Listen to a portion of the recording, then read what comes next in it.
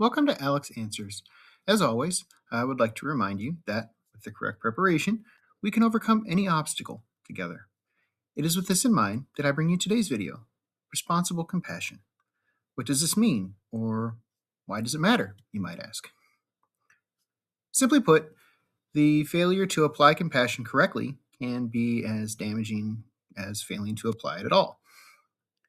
This is not a too much of a good thing can be bad type of situation. Too much compassion is not possible. What is possible is a loss of perspective. One example would be getting fixated on a given individual or group and losing sight of our compassion for everyone else. Another would be getting caught up in addressing the now at the expense of the future. Wanting to help is normal, healthy even. To be beneficial, though, it has to be done in a balanced way. Helping too much can create problems like dependency. The person being helped does not lack the capacity to learn and perform on their own. They've just been taught to get help, so they wait for help. On the other side, helping too little can lead to becoming overwhelmed with unfamiliar tasks and feelings of being incapable or even a failure. If this happens enough, it can even become a defining aspect of their personality. The middle ground, uh, the responsible, balanced application of compassion, is where the magic happens, so to speak.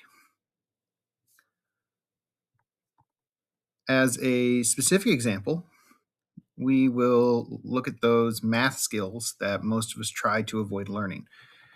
They are not inherently hard because math is complicated.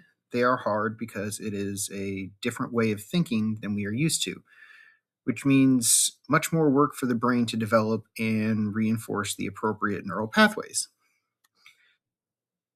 This gives us an initial physiological aversion to developing this skill set, which, if not addressed early, can lead to a foundational distaste for the whole field.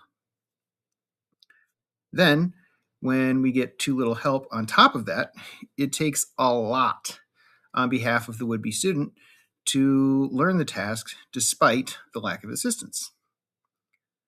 On the other hand, if we furnish too much help, the would be student has no particular need to learn the skill because if they wait long enough, someone will basically give them the answer.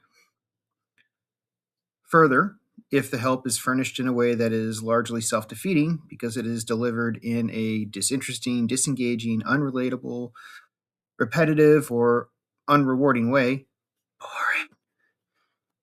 Achieving the balanced level of help will be significantly more work for an incredibly diminished return. In any case, this has been a quick look at responsible compassion. If you have any requests or questions, please let me know in the comments and I will see what I can do. I'm your host, Alex, wishing you the best, and I hope to see you next time.